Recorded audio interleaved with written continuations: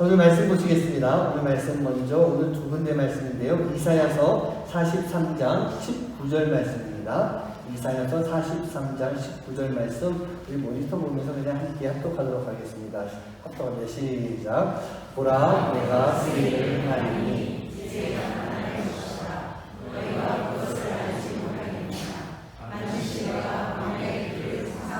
강을 내리니. 한 군데 더 말씀이 있는데요. 누가복음 5장 37절 말씀입니다. 함께 합독합니다. 시작. 새 포도주를 낡은 가죽부대에 넣는 자가 없나니 만일 그렇게 하면 새 포도주가 부대를 터뜨려 포도주가 쏟아지고 부대도 못 쓰게 되리라. 새 포도주는 새 부대에 넣어야 할 것이다. 아멘. 새롭게 시작이 되었다. 언제부터 새롭게 시작될까요? 바로 지금 이 시간부터예요. 어제부터 시작이 됐고 어제부터로 끝나는 것이 아니라 바로 지금 이 시간 우리가 하나님 앞에 예배하는 시간, 바로 이 시간 우리가 하나님 앞에 기도하는 시간, 바로 이 시간 광야에서 하나님을 바라볼 수 있는 시간, 그 시간이 바로 시작하는 시간인 거예요. 우리는 매일매일 매 순간마다 새로워질 수 있는 하나님의 은혜 가운데 살아가고 있는 그런 삶의 모습일 줄 믿습니다. 우리는요, 살아가면서 우리가 이 변화라고 하는 단어를 많이 접하게 됩니다. 그런데 누구는 이 변화라고 하는 단어를 참 어려워하고 두려워하는 그러한 경향이 참 많이 있습니다. 여러분은 어떻습니까? 여러분들은 이 변화라고 하는 단어가 좀 어렵고 두렵습니까? 아니면 이 변화라는 단어를 마음껏 깊이 아주 환영하는 그런 삶을 살고 있습니까? 우리는 지금요, 이 광야라고 하는 길을 걸어가고 있습니다. 광야가 어떤 곳이라고 했죠? 하나님을 만나는 곳이에요. 하나님의 은혜가 있는 곳입니다. 그리고 광야는 나를 털어내는 곳입니다. 가장 낮은 어려운 환경까지 이르게 해주시는 곳, 그게 바로 광야라고 하는 곳이에요. 그리고 이 광야에서 우리는 훈련을 받고 우리가 강해질 수 있는 그러한 곳이 광야라는 곳입니다. 그렇기 때문에 우리는요, 우리의 삶 속에는 이 광야가 필요한 것이고 우리의 삶 속에 광야라고 하는 곳에서 새롭게 시작할 수 있는 그런 삶의 모습이 너무나도 필요한 거예요. 때로는 그 광야는요, 내 안에 영적인 결핍까지도 느끼게 하면서 하나님을 간절하게 찾을 수 있도록 만들어주시는 곳, 그것이 바로 광야라고 하는 것입니다. 오늘 이 영적 결핍이 무엇인가라고 하는 것에 대해서 조금 말씀을 좀 나눌 수 있도록 해보겠습니다. 오늘 먼저 첫 번째 읽었던 본문 말씀은요, 이사야의 예언의 말씀입니다. 보라 내가 새 일을 행하리니 이제 나타날 것이라. 너희가 그것을 알지 못하겠느냐? 반드시 내가 광야의 길을 사막에 강을 낼 것이다 라고 하는 그런 말씀이 있어요. 비록 이스라엘이 바벨론의 포로가 되지만 하나님의 역사로 인해서 그곳에서 나올 것을 예언하면서요, 옛일도 기억하지 말고 생각하지 말아라. 바로 하나님이 우리에게 바벨론 포로에서 우리를 나오게 하시며 우리에게 새 일을 행하실 것이다. 우리가 가는 그 길 가운데 광야의 길을 내어주시고 내가 살아가야 되는 그 사막 속에서 우리에게 생명수가 흐르는 강을 내어줄 것이다 라고 하는 그런 예언의 말씀이었어요. 여러분, 광야의 길을 걸어가는 것은 이스라엘만이 아닙니다. 우리가 지금 광야의 길을 걸어가고 있는 그 길 가운데서 하나님은요, 우리에게 새 길을 만들어 주시는 거예요. 생명수의 강물을 만나게 해주시는 것이죠. 지금 우리가 걷는 그 광야 그 길 앞에는요, 바로 새 것이 있다는 거예요. 새로운 것이 있는 거예요. 그런데 문제는 하나님이 우리에게 보여주시는 새 것, 즉 새로운 역사가 아직까지도 분명하게 있는데 우리는 과거의 그 헛 역사를 털지 못하고 그 헛 역사를 계속해서 붙잡고 살아가고 있는 그 모습이 우리 안에 있어요. 헛 것을 털어내지 못하고 있는데 우리가 어떻게 새로운 것을 누릴 수가 있겠습니까? 이게 무슨 말일까요?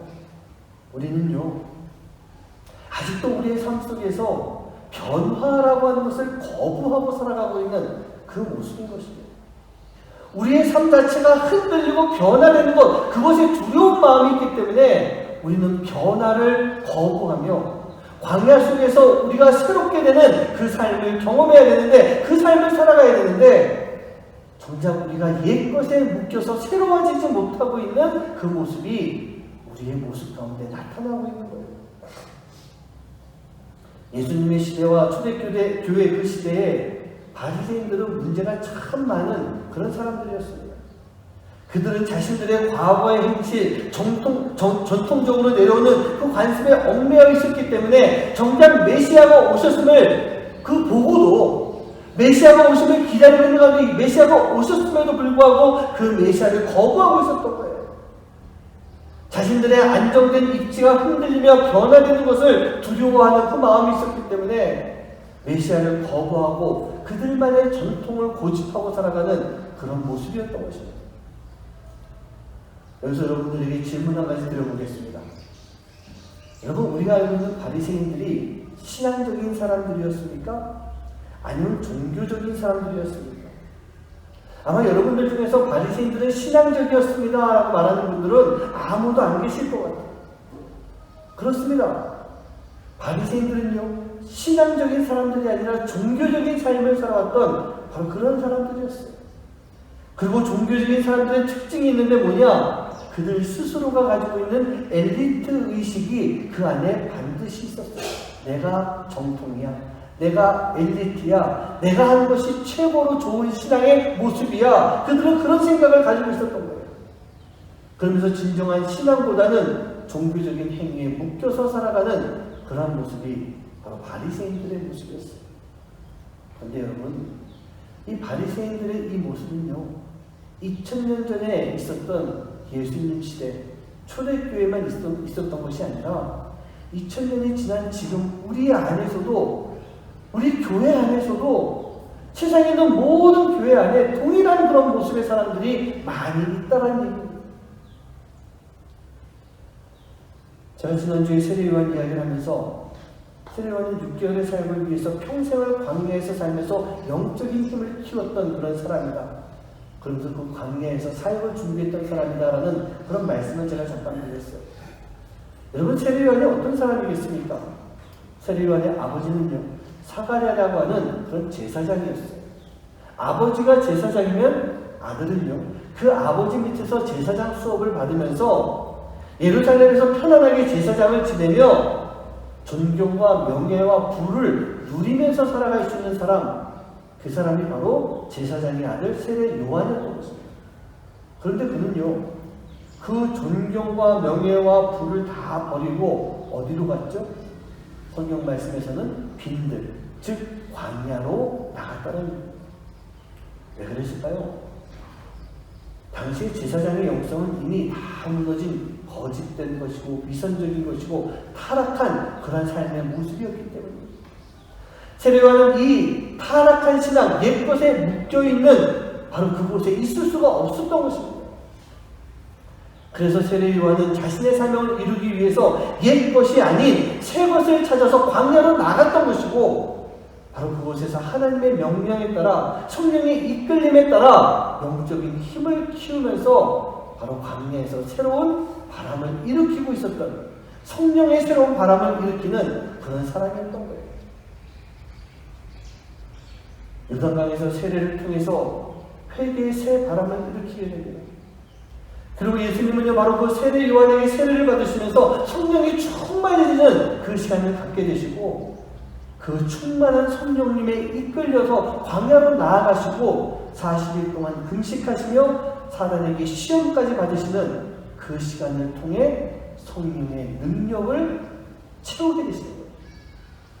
그리고 구원의 새 역사가 바로 예수님을 통해서 이루어지는데, 이 새로운 역사는요, 광야에서 시작이 되고 광야에서 이루어지고 있는 그런 모습인 것입니다. 여러분, 우리도 마찬가지예요. 지금 우리의 광야, 바로 그곳은요, 우리의 삶 속에 새로운 역사가 일어나는 곳인데, 바로 그 새로운 역사가 이루어지기 위해서는 우리가 바로 광야에서 우리 안에 있는 옛것을 버려야 되는 것, 그게 바로 광야라고 하는 것입니다. 여러분, 우리 안에 있는 옛것이 무엇이겠습니까? 바로 우리가 아직도 놓지 못하고 살아가고 있는 종교적인 삶과 종교적인 행위들을 말하고 있는 거예요. 우리는 이미 우리가 살아가는 삶 속에서 많이 접하고 행하면서 살아가고 있는데 우리 스스로가 이게 느끼지 못하고 있는 종교적인 삶과 행위를 가지고 살아가고 있어요. 여러 가지 예가 있겠지만 그 중에 하나가 여러분 기도가 그 예가 될 수가 있어요. 그 중에서도 보면요 금식하며 기도하는 금식 기도가 우리 안에 종교적인 삶과 행위로 끝나버릴 수가 있는 것입니다. 저도 지금까지 살아오면서 금식을 몇 차례 했었습니다. 근데 여러분들도 아마 하신 분도 계시겠지만 여러분 왜 금식 기도하십니까? 여러분 한번 여러분 스스로가 대답해 보세요. 안 해보신 분도 한번 생각해 보세요. 왜 금식 기도를 할까? 우리는 하나님께 자신의 기도에 대한 응답을 강하게 요구할 때, 간절하게 기도를 해야 될 때 우리가 금식하며 기도할 때도 참 많이 있었어요. 사실 저도 그러한 마음을 가지고 여러 차례 금식 기도를 했던 기억이 납니다. 간절한 기도다. 여러분 그런 생각도 해봤어요. 하나님 앞에 정말 드리는 처절한 기도의 표현이다. 그게 금식 기도다. 그런 생각을 많이 해봤었어요. 그런데 결국 금식 기도의 목적이 무엇이었을까? 가만히 보니까요. 내가 원하고 바라고 있는 것. 내 소원을 이루기 위해서 거기에 대한 응답을 받기 위해서 내가 금식하는 그런 모습이었더라고요. 물론 그렇게 기도할 때 하나님이 응답도 해주셨습니다. 그런데 기도하다 보니 금식 기도의 진정한 목적과 의미가 그게 아니더라고요. 여러분 예수님께서 금식 기도하신 이유는요. 성령님이 금식 기도로 이끌어 가셨기 때문에 예수님이 그래서 금식을 하셨어요. 성령님이 왜 이끄셨겠습니까? 예수님이 바라고 소원하는 것, 그 소원을 들어주시기 위해서 그 성령님께서 이끄셨을까요? 아닙니다. 예수님께서 금식 기도하시는 그 이유는요, 당신의 뜻을 이루기 위함이 아니라 하나님의 뜻, 하나님의 역사를 이루게 하시려고 하는 성령님의 이끄심이 있었기 때문에 하나님의 뜻을 이루려고 하시는 성령님의 이끄심으로 인해 예수님은 금식 기도를 하셨던 것입니다. 저도 금식 기도를 몇 차례 했다고 했는데 정말 제가 바라는 것이 있어서 하나님 이거 이루어 주셔야 됩니다 라고 그래서 제 스스로가 금식을 했던 적이 있었습니다. 물론 그렇게 기도했을 때 하나님이 이루어 주신 적도 있었어요. 그런데 어느 날이요, 제가 생각하고 있는 것 이게 맞는 것이야 라고 하는 그 생각 가지고 뭔가 좀 고민을 깊이 하고 있을 때가 있었어요. 근데 하나님께서 갑자기 그것에 대한 고민을 하면서 막 머리가 아파가지고 복잡해가지고 막 이러고 있는데 하나님께서 갑자기 제 마음 가운데 말씀하십니다. 금식해라. 여러분 그 상황은요 뭐 금식을 해야 될 그런 상황이 아니었어요. 금식이 꼭 필요한 상황이 아니었고 저도 금식할 마음조차 하나도 없던 그런 시간이었어요. 그런데 하나님께서 금식해라. 아니 하나님 왜요? 이게 뭐 그렇게 중요한 문제로 제가 금식해야 되겠습니까?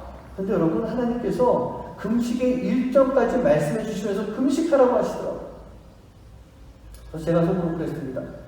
알겠습니다 하나님. 하나님 말씀하시니까 제가 금식을 할게요. 그러면 하나님 지금 제가 생각하고 있는 것 이거 이루어 주셔야 됩니다. 이게 맞게끔 만들어 주셔야 됩니다. 하나님 이거 해주시려고 저에게 지금 금식하라고 하시는 거죠? 그리고 제가 3일의 금식이 들어갔어요. 3일째 마지막 날 금식을 하고 있는데 마지막 끼니 금식을 하고 있는데 하나님께서요 제게 마음 가운데 응답을 해주시더라고요. 근데 내가 생각하는 것에 대해서 그것이 맞는 것이다 라고 응답해 주시는 것이 아니라 하나님의 그 마음을 전해주시면서 제가 지금 고민하고 생각하고 있는 것을 버려버리게 만드시더라고요. 이게 아니야. 그런데 그 응답을 받고 보니까 그게 저에게 가장 필요한 그런 응답이었던 것입니다. 많은 사람들이 그렇습니다. 자기의 뜻을 이루기 위해서 종교적인 행위를 하는 때가 참 많이 있어요. 제가 가지고 있었던 금식에 대한 마음도 결국은 나의 뜻을 이루기 위한 종교적인 행위에 불과했던 것입니다. 우리가 버려야 될 옛 것들이 바로 이러한 모습인 것 같아요. 종교적인 행위들, 지나간 과거들, 바리새인들이 버리지 못하고 끌고 가고 있었던 옛 행위들, 우리는요 바로 이러한 것들을 버려야만 우리가 하나님으로부터 뭔가 얻어내고자 하는 그러한 종교적인 행위가 아니라 하나님의 뜻인 하나님의 새 일을 행할 수 있는 삶을 살아갈 수가 있게 되는 거예요. 그리고 지나갔던 역사, 옛 것을 그것만 붙잡고 있는 그런 모습이 아니라 하나님으로부터 오는 변화 가운데 동참할 수 있는 바로 새 것의 역사를 이뤄갈 수 있는 그런 삶의 모습이 되는 것입니다. 여러분, 지금 우리 모두가 지나가고 있는 이 광야라고 하는 것은요, 하나님의 은혜가 있고 성령님이 우리를 이끌어 주시는 그러한 장소인 것입니다. 그리고 우리 하나님은 바로 그 광야의 길 가운데 우리가 갈 수 있는 새 길을 만들어 주시고, 하나님이 주시는 진정한 변화의 삶, 우리를 새로워지는 삶으로 우리를 변화시켜 주시고 바꿔주시는 그런 삶이 있는 곳이에요. 바로 그곳에서 우리를 바꿔주시는, 우리를 새롭게 만들어주시는 하나님의 놀라운 은혜, 그 은혜를 경험하며 살아갈 수 있는 여러분 한 분 한 분 되시기를 주님의 이름으로 간절히 축원합니다. 그러면 우리가 왜 새 것이 되어야 될까요?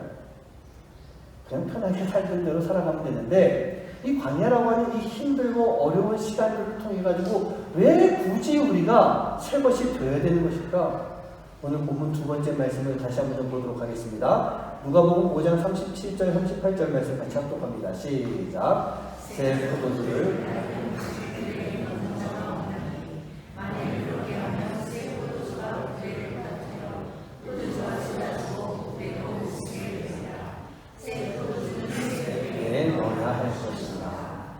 여러분, 우리가 아는 포도주라고 하는 것이 무엇을 말합니까? 여러분, 포도주는요, 예수님의 피, 예수님의 보혈을 많이 이야기합니다. 그렇다면 우리가 성찬에서 포도주, 떡은 무엇을 의미합니까? 예수님의 임재가 있는 것을 이야기하는 거예요. 하나님께서 임재하시는 것을 뜻하는 것입니다. 그렇다면 오늘 본문 말씀에서 새 포도주라고 하는 것은 하나님의 새로운 임재예요. 하나님 아침마다 새롭게 우리에게 임하시는 하나님의 새로운 역사를 뜻하고 있는 것입니다. 새 포도주를 새 부대에라고 하는 이 말씀은요, 바로 하나님의 새로운 역사를 우리 또한 새로운 마음으로 받아들여야 하는 것이다. 바로 이 말씀을 하고 있는 거예요. 자, 그러면요, 이 새 포도주를 주실 때 우리가 새로운 부대에 담아야 하는 그 과정에 대한 말씀을 나눠보겠습니다. 이 말씀은 참 중요한 말씀이에요. 이 말씀을 알아야만 우리가 광야의 세기를, 사막의 강물을 내어주시는 하나님의 은혜를 알 수가 있기 때문에, 예수님의 시대에요, 이 가죽 부대라고 하는 것은 양가죽으로 만든 것입니다. 처음에 만들었을 때는 이것이 신축성이 아주 좋아서 잘 늘어나기 때문에 새 포도주를 양껏 그 안에 넣을 수가 있는 거예요. 그런데 이 부대가 시간이 지나가면 지나갈수록 이 중동의 건조한 기후가 이 가죽 부대에 있는 수분을 점점 뺏어간다고 합니다. 자, 수분이 뺏기면 어떻게 될까요? 가죽 부대가 점점 딱딱해지면서 뻣뻣해지는 그런 모습으로 변하게 됩니다.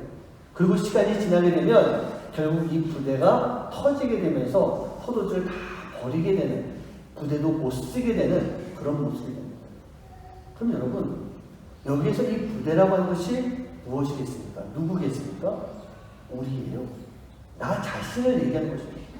그리고 새 포도주 부대라는 것은 여기서 새 것, 정말 신상품을 말하는 것이기도 하겠지만, 중동 지방에서 새 부대라는 것은 말라서 뻣뻣해서 사용하기 곤란한 것을 다시 리뉴시키는 것, 다시 새롭게 만드는 것을 의미하는 거예요. 그 과정을 보면요, 뻣뻣해진 그 포도주 부대를 물에다가 며칠 동안 깊이 담궈둔다고 합니다. 그리고 물기 거기서 꺼내서 물기가 좀 마르게 되면 가죽 부대에 올리브 기름을 계속 며칠 동안 바른다고 해요. 즉 가죽 부대에 기름을 먹이는 그 작업을 하는 것입니다. 그러고 나게 되면은 이 부대가 원래의 모습으로 돌아가서 다시 사용할 수 있게 되는데, 이게 바로 새 부대를 뜻하는 겁니다. 완전히 새로 만든 지금 신상품 새 부대도 새 부대이지만, 이런 과정을 거쳐서 다시 사용할 수 있도록 만든 것, 그게 바로 오늘 말씀에 나오고 있는 새 부대라는 얘기입니다. 그렇다면 우리가 새 포도주를 담는 새 부대가 되어야 된다는 것은요, 첫 번째로 물로 세례를 받는 과정이 반드시 필요해요. 물로 깨끗하게 씻김받는 시간이 꼭 필요한 것이고요. 두 번째로 하나님의 말씀 가운데 담궈져서 그 말씀이 부대 안에 들어올 수 있도록, 부대가 그 물기를 머금을 수 있는, 즉 하나님의 말씀을 머금고 살아갈 수 있는 그런 모습이 되어야 됩니다.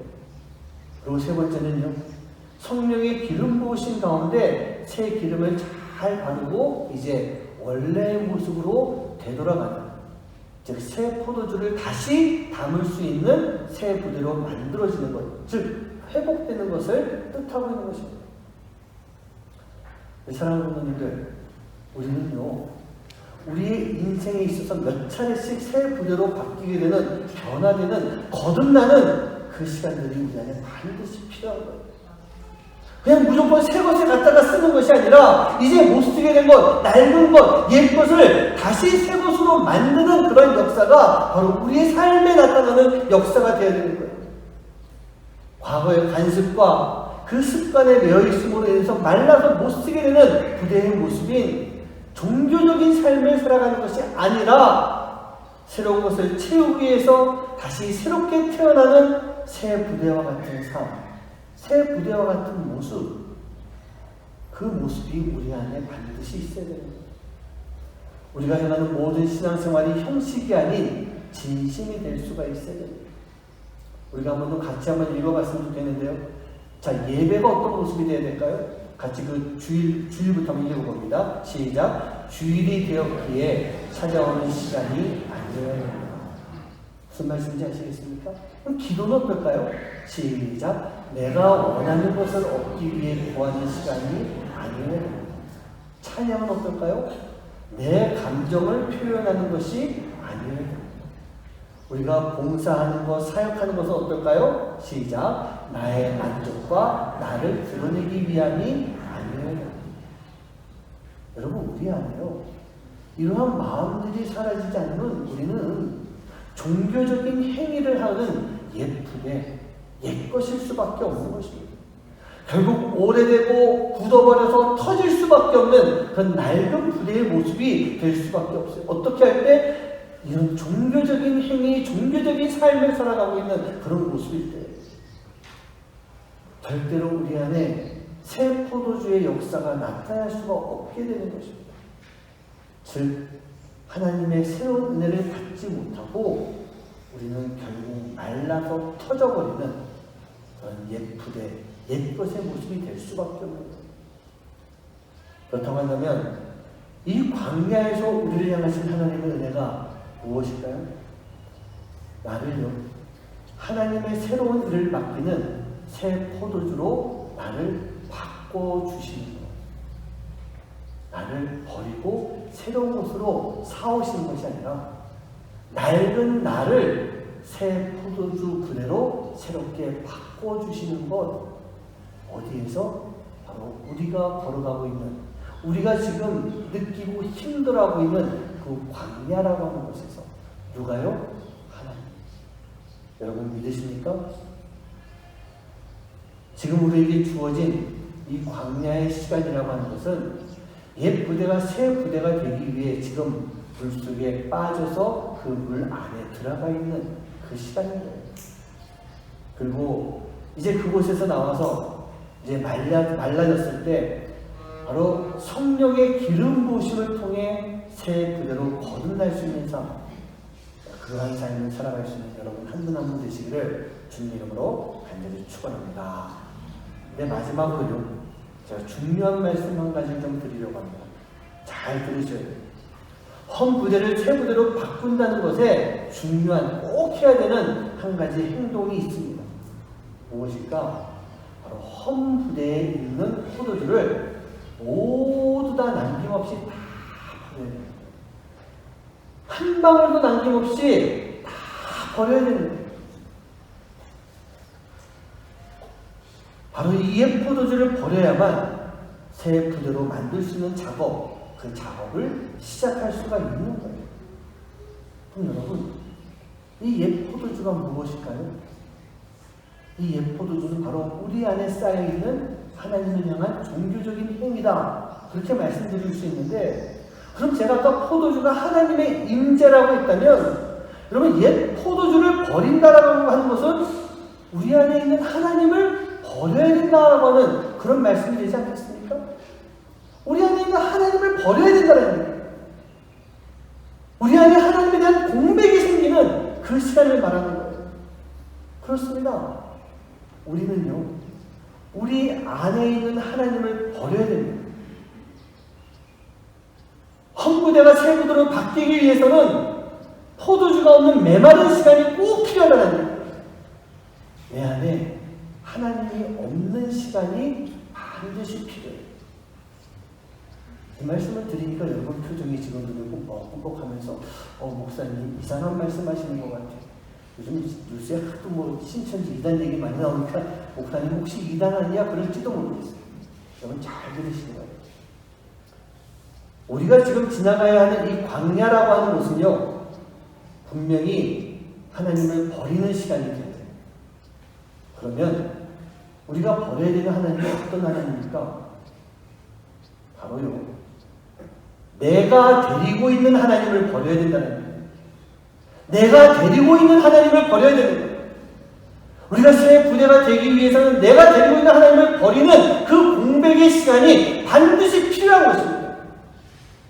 내가 데리고 있는 하나님이란 나의 종교적인 행위를 받고 있는 내가 만든 하나님을 말하고 있는 거예요. 여러분, 우리는 살아가면서 우리 스스로가 만들어 놓은 하나님의 모습들이 있어요. 그리고 우리는 그 나 스스로 만든 하나님에게 내가 종교적인 행위를 드리고 있는 삶을 살아가고 있는 그 모습이 우리 안에 얼마나 많이 있어요. 바로 그 하나님을 버리면서 내 안에 느껴지는 하나님의 공백에 대한 메마른 마음을 경험할 수 있는 그 아픔의 시간이 우리 안에 반드시 필요합니다. 그리고 그 공백기를 통해서 내가 데리고 있는 하나님이 아니라 나를 품어주고 계시는 하나님, 나를 품어주고 계시는 하나님, 그 하나님을 알게 돼야 되는 거예요. 그 하나님을 만나야 되는 거예요. 그리고 그 하나님으로부터 어떤 하나님이요? 내가 데리고 있는 하나님, 내가 만든 하나님이 아니라 나를 지금까지 품고 계셨던 그 하나님으로부터 내가 새 포도주를 받을 수 있는 역사가 우리 안에 반드시 이루어져야 되는 거예요. 어디에서요? 지금 여러분들이 걷고 있고 지나가고 있는 이 힘들고 어려운 광야 속에서 내가 데리고 있는 하나님이 없어지고 메마른 공백의 시간을 경험해야만 우리는 진정한 하나님에 대한 갈망을 할 수 있는 그런 모습이 되는 거예요. 우리는 진짜 하나님을 바라봐야 되잖아요. 나를 품어주고 계신 하나님을 바라봐야 되잖아요. 그분만 바라보면 그분께로 가까이 나아가야 되는데 그 하나님이 여기 계신데 우리는 지금까지 내가 만들어놓은 하나님, 그 하나님에게 종교적인 행위를 드리면서 종교적인 행위의 삶을 살아가고 있으면서 정작 진짜 하나님을 멀리하고 살아가고 있는 모습, 그 모습이 지금까지 내가 살아왔던 옛 부대, 옛 것의 삶을 살고 있는 모습이라는 얘기예요. 우리가 하나님에 대한 그 갈급해하는 공백기가 있을 때 우리는 광야 가운데서 하나님이 만드시는 길을 찾을 수 있고요. 생명수가 흐르는 그 강을 만날 수가 있게 되는 것입니다. 우리 사랑하는 성도님들, 내가 데리고 있는 하나님은요, 빨리 버리시기 바랍니다. 그것을 버려야만 옛 부대인 우리가 새 부대가 되는 작업을 시작할 수가 있는 거예요. 그래야만 나를 품고 계시는 지금까지 내 인생 가운데서 그 역경의 강렬한 시간 속에서 나를 품어주고 계신 하나님, 그 하나님을 만날 수가 있는 거예요.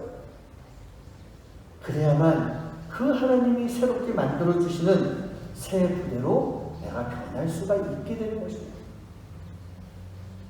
그 과정이 이루어지는 곳이 광야라는 것입니다. 그런데 우리 또한 마찬가지인 것 같아요. 그 광야, 그 하나님을 버리는 과정, 즉 내가 데리고 있었던 하나님, 내가 만든 하나님, 이 하나님을 버리는 과정이 참 많이 힘들어요. 많이 힘들어요. 하지만 버려야 되는 것입니다.